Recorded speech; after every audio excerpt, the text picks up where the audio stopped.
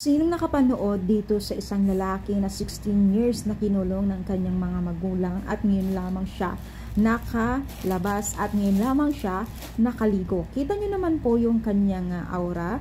Yung sa buhok, sa likod ay talagang punong-puno ng dumi niya. Yes mga mima, kung yung mga nakikita nyo dyan, galing din yan sa kanya.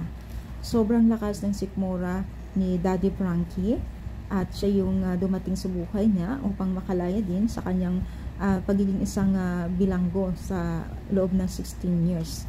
Kaya maraming napasaludo ni Daddy Frankie. Alam niyo ba guys, na pinaliguan pa niya ito na walang face mask. Grabe, saludo talaga tayo. Kasi si Daddy Frankie rin talaga mismo nagsabi na talagang matapang ang amoy niya. Biruin ninyo, 16 years na nakakulong, tapos kita niyo yun, walang libo-libo. Grabe, ang haba ng hair ni Kuya John. Tapos alam mo yung nasa part ng kanyang buhok ay dumi niya. Diba?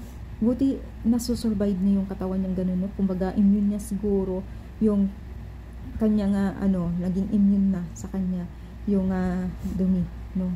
Yung parang sanay na yung katawan niya sa ganun sistema na siyempre hindi na iiwasan na isusubo niya yung dumi na yan kasi nandun talaga siya sa loob ng kulungan at parang alam ni Moy ay talagang isang baboy na nakakulong. Pero syempre no, napapasalamat ang mga netizens dahil dumating sa buhay niya itong si Daddy Frankie at ngayon po ay dinala sa orphanage yata yun, oo. At talagang makita natin yung mukha nitong si Kuya na maaliwalas. Kaya supportan natin itong si Daddy Frankie sa kanyang pagtulong at napakarami po ang kanyang natutulungan din. Kaya po ng mga isang vloggers, na charity vloggers sila Kalinga Prab at iba pa, no.